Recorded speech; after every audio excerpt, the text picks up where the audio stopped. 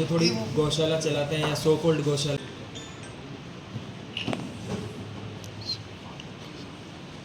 माँ court marriage कर ली थी, जहाँ की ये रहने वाली है बैसुमा के मोहम्मदपुर शक्ति, क्या गाँव है? शाक्ति।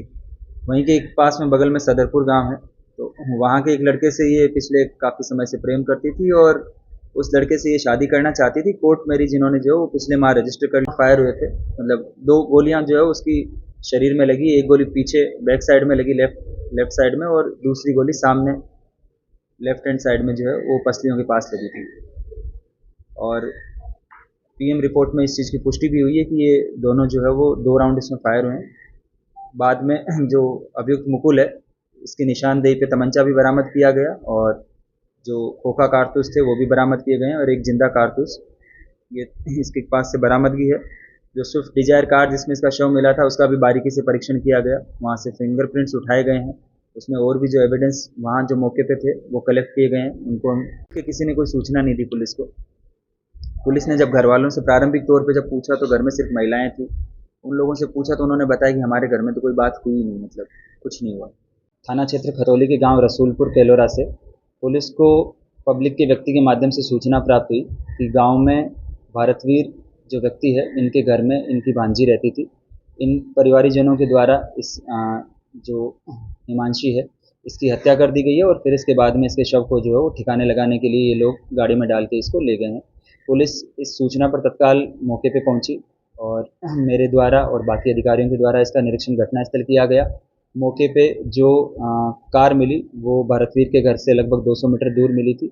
इसके बाद में फील्ड यूनिट को बुला के वहाँ से सारे एविडेंस कलेक्ट किए गए और जो उनके परिवारीजन हैं उनसे डिटेल में पूछताछ की गई। जो भारतवीर जो बाकी 2 अक्यूज़्ड हैं इनके लड़के, ये मौके से फरार थे।